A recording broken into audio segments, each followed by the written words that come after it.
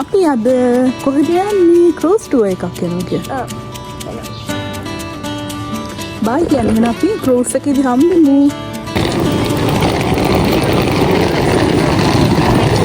මෙලි කොහෙද? කල්ලි.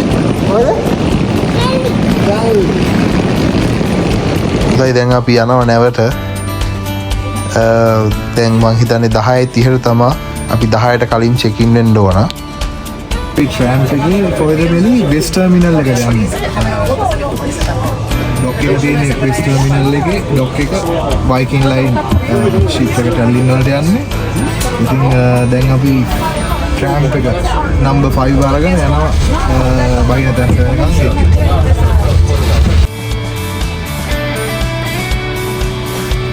හරි අපි දැන් ට්‍රෑම්ප් එකෙන් බැස්සා.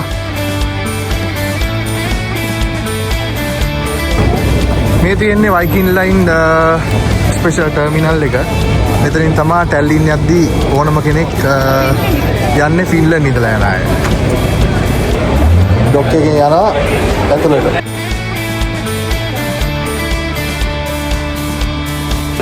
දැන් ඇතුළට යන පාරේ ඉන්නේ.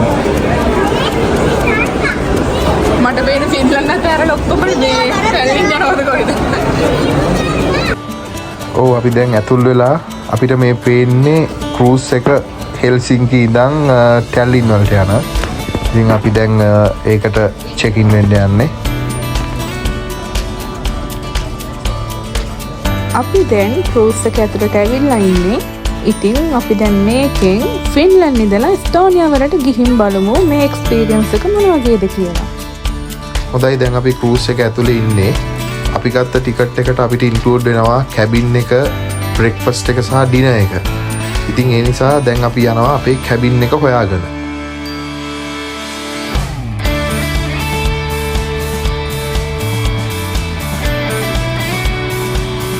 මේක තමයි අපිට හම්බෙච්ච fully facility කැබින් එක. එහා පැත්තේ බෙඩ් එකක් නේ.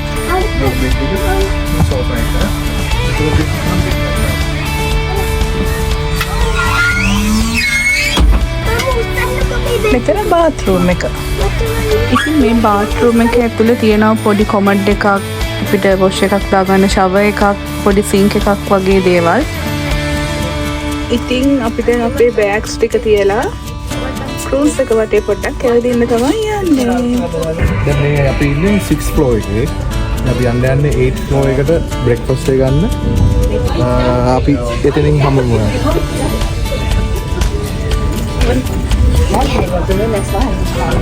බුෆේ එක මොන වගේද මේගොල්ලෝ වැඩි කරලා තියෙන්නේ කියලා. හොඳයි දැන් අපි යන්නේ බ්‍රෙක්ෆාස්ට් එක ගන්න. ඉතින් අපේ ටිකට් එකට බ්‍රෙක්ෆාස්ට් එක ඉන්ක්ලූඩ් වෙලා තිබුණ හින්දා අපිට ආයේ පේ කරන්න නැහැ. නමුත් කෙනෙක්ට පුළුවන් නෝමල් ටිකට් එකක් අරගෙන ෂිප් එකට එන්ටර් වෙලා බ්‍රෙක්ෆාස්ට් එක පේ කරලා ගන්න. එතකොට පොඩ්ඩක් ගණන් වෙනස් වෙනවා. සාමාන්‍යයෙන් යුරෝ 21ක් 25ත් අතර ගාණක් තමයි වෙන්නේ. ඉතින් අපි බලමු බ්‍රෙක්ෆාස්ට් එක කොහොමද කියලා. බ්‍රෙක්ෆාස්ට් එක රෙඩි කරලා දෙන්නේ බුෆේ එක. දැන් අපි ඒකට යනවා. ඉතින් මේ බුෆේ එකේ තියෙන විශේෂත්වය තමයි අපිට කෑමත් එක්කම අන්ලිමිටඩ් බෙවරේජස් ගන්න පුළුවන් හොට් කෝල්ඩ් දෙකෙන්ම. ඉතින් බියර් ඩ්‍රාෆ්ට් එකක් තියෙනවා, වයින් තියෙනවා අන්ලිමිටඩ්, සොෆ්ට් ඩ්‍රින්ක්ස් තියෙනවා, කෝල්ඩ් ඩ්‍රින්ක්ස් තියෙනවා. ඉතින් කැමති කෙනෙක්ට කැමති විදිහට එන්ජොයි කරන්න ඕන තරම් දේවල් තියෙනවා. ඉතින් ෆින්ලන්ඩ් ඉඳලා එස්තෝනියාවට යන මේ ගමනේ බෝල්ටික් මුහුද මැද්දේ ඉඳලා රසම රස කෑම වේලක රහ බලනවා කියන්නේත් හරිම අමුතු අත්දැකීමක්. ඉතින් මේ ක්‍රූස් එකේ අපි දවස ගත කරන්නේ කොහොමද කියලා සහ එස්තෝනියාව කොච්චර ලස්සනද කියලා බලන්න ඕන නම් මේ වීඩියෝ එක ඉවර වෙනකන් දිගටම බලන්න. ඉතින් මෙලි විත් ෆැමිලි අපේ YouTube බලන ඔයාලා දන්නවා ඇති අපේ වීඩියෝ බලනවා නම් අපි අපේ මොන දේ කරන්න ගියත් ප්‍රථම රාජකාරිය කරගන්නේ කෑම කියලා. ඉතින් මොනව කරන්නත් කලින් කන්න ඕන නිසා අපි දැන් මේ රසම රස කෑම වල රහ බලලා ඉමු.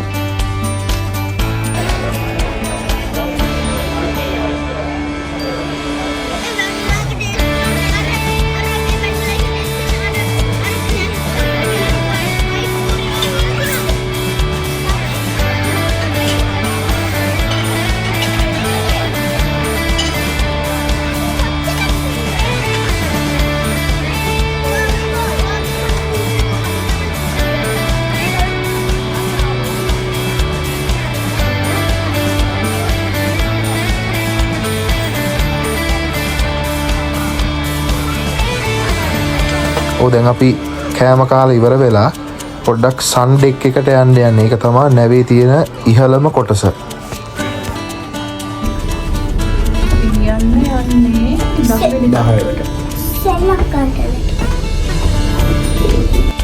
මේ ඔයාලා දකින්නේ නැවේ තියෙන ඉහළම කොටස. එහෙම නැත්නම් ඩෙක් එක කියලා කියන තැන. ඉතින් මෙතනට ආවහම තනි කරම මුළු මුහුදම හරිම ලස්සනට අපිට පේනවා. ඉතින් හරිම ලස්සන view එකක් තමයි මෙතනට ආවම අපිට බලන්න පුළුවන් වෙන්නේ. බෝල්ටික් මුහුද මැද්දේ නැවක් ඇතුලේ තමන්ගේ ආදරණීය අයත් එක්ක මේ වගේ ලස්සන කාල වේලාවක් ගත කරන්න තියෙනවා කියන්නේ ජීවිතේ ලබන්න පුළුවන් ලොකුම සතුටක් සහ ලොකුම වාසනාවක් කියලා තමයි මට නම් හිතුනේ. ඉතින් මගේ පුංචි කාලේ හීන අතර තිබුණ තවත් එක හීනයක් තමයි මුහුද මැද්දේ නැවක එක දවසක් ගත කරන එක. ඉතින් මේ එස්තෝනියා ගමනදී මට ඒ ලස්සන හීනෙත් හැබෑ කරගන්න පුළුවන් වුණා කිව්වොත් මම හරියටම හරි.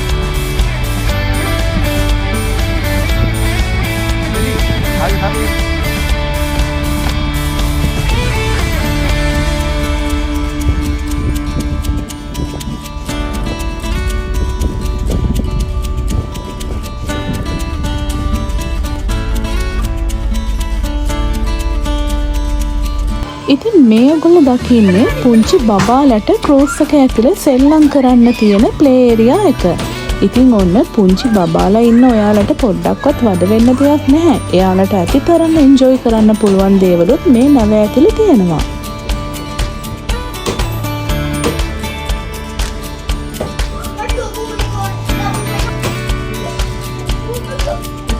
ඉතින් බෝල්ටික් මුහුද මැද්දේ නැවක් ඇතුලේ මේ ගත්ත අත්දැකීම නම් ජීවිතේට හරිම ලස්සන අත්දැකීමක් වුණා.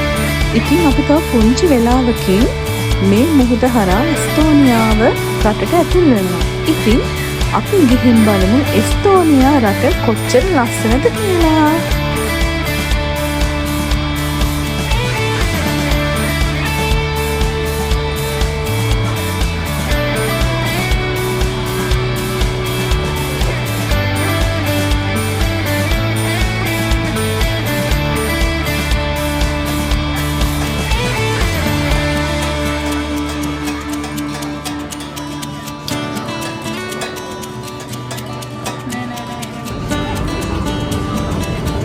ඔයාලට දැන් මේ පේන්නේ එස්තෝනියාව රට.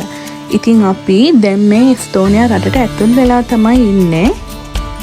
ඉතින් මේ ඔයගොල්ලෝ දැන් දකින්නේ අපි ෆින්ලන්ඩ් ඉඳන් එස්තෝනියා වලට ආපු අපේ ෂිප් එක. ඉතින් අපි විතරක් නෙවෙයි බලන්නකෝ මේ නැව යට කොච්චර වාහන ගොඩක් එස්තෝනියා වලට ඇවිල්ලාද කියලා.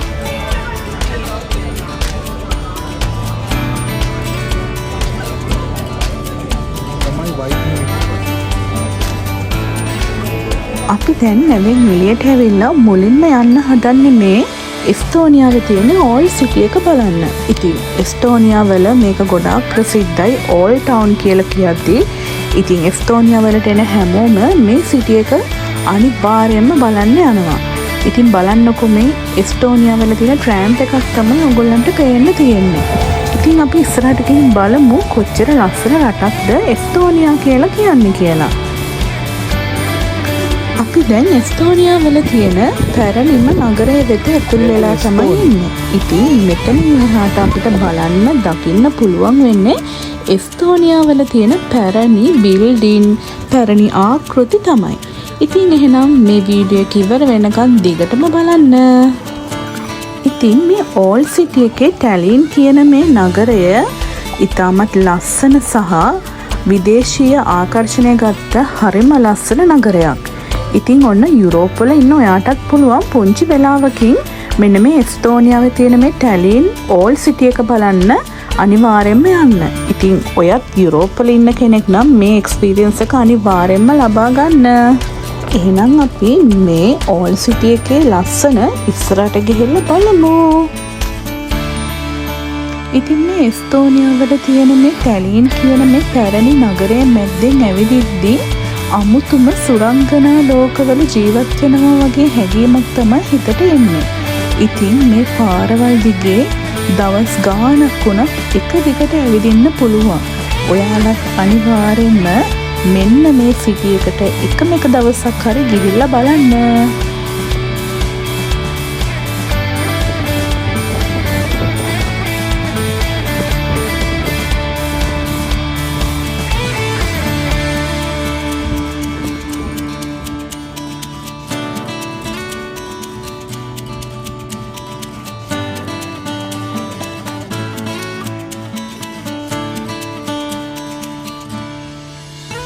ඉතින් ඔන්න ඔය විදිහට තමයි එස්තෝනියා වල ටෑලින් වල අපේ ලස්සන කාලය ගත කරේ. ඉතින් අපි දැන් 5 වෙද්දී ආයෙම ෂිප් එකට යන්න ඕනේ. මොකද එස්තෝනියා ඉඳලා අපි ආයෙම ෆින්ලන්ඩ් වලට යන්න ඕන නිසා.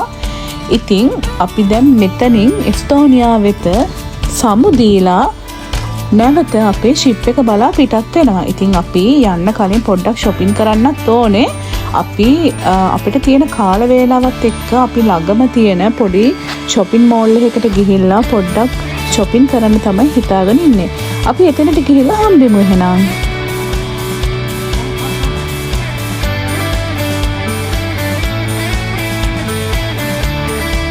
අපි ඔන්න ආවා පොඩි shop එකකට. අපි ඉතින් මෙතනින් අපිට ඕන කරන බඩු ටිකක් අරගෙන ඉක්මනින්ම ship එකට යන්න ඕනේ. මොකද 5 වෙද්දි ගියේ නැත්තම් අපිට එස්තෝනියා වල තමයි ඉන්න වෙන්නේ. ඉතින් තව දෙයක් තියෙනවා, මෙයාලගේ එස්තෝනියා වලටම ආවේනික කෑම වර්ග ගොඩාක් තියෙනවා. ගොඩක් චීස් ಜಾති, මස් ಜಾති වගේ දේවල්. ඉතින් ඔයාලට පුළුවන් එස්තෝනියා වලට ආවොත් ඒවත් try කරන්න. ෆින්ලන්ඩ් වලට සාපේක්ෂව නම් එස්තෝනියා වල බඩු මිල ටිකක් ගණන් අඩුයි. ඒ වගේම තමයි එස්තෝනියාවේ ලිකර්සුත් ගොඩාක් ගණන් අඩුයි කියලා මගේ හස්බන්ඩ් කිව්වා. ඉතින් ෆින්ලන්ඩ් ඉඳලා අපේ මහත්තුරු නම් එස්තෝනියා වලට එන්නේ ඔන්න ඔය කියන ලිකර්ස් අරගෙන යන්න කියලා මට ආරංචියක් ආවා.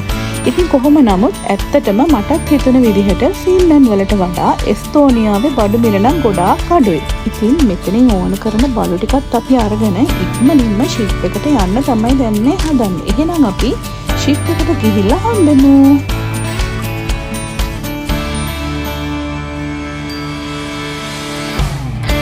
අපි දැන් දෙවෙනි සැරේට ගෙදර යන ගමන් බුෆේ එකටත්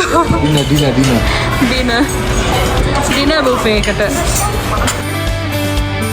ඉතින් ඔන්න අපි ෆින්ලන්ඩ් යන්න ආපහු අපේ ෂිප් එකට ආවා. අපි මෙතනට එද්දිම ඒගොල්ලෝ ඩිනර් එකේ බුෆේ එකත් ඕපන් කරලා තිබුණා.